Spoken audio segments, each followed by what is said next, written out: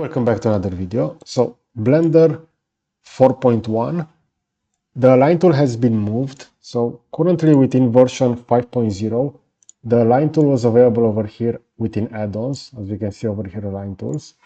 And align tools allow us to quickly align objects. For example, I have this coffee mug.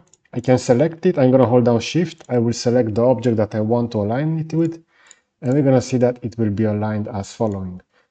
We can also align directly elements with the axis over here. So let's say that I want to align this with the cup. In this case, you're going to see that actually that point has been aligned with the cup. Now, the main problem for this cup is that it doesn't really have that origin centered. So I will need to go over here, set origin to geometry, and now the geometry of this cup will be set as following. So we see over here that the geometry is not exactly perfect due to the fact that this will be regarding the overall center of the geometry, and we have that handle.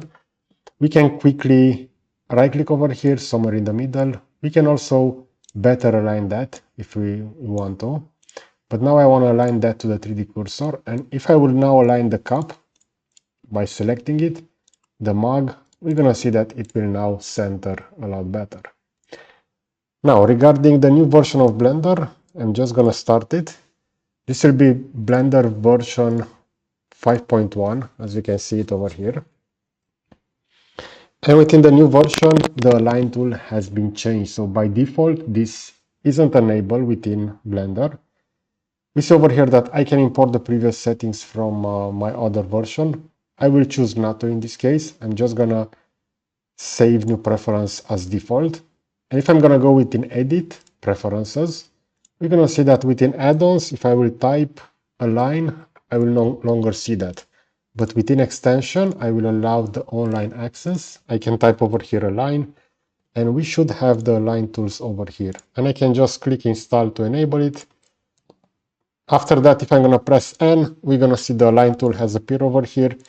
And if, for example, I will create over here a cylinder, which I will slightly move. And now I want to align that to the cube. I can select that, hold down Shift, and I can use the Align tool in order to align that. Keep in mind that you can also align rotation and you can also align scale over here. So usually the most useful thing about align tools is regarding the location, but you can also align rotation and scale. Okay, so I hope you enjoyed this kind of content.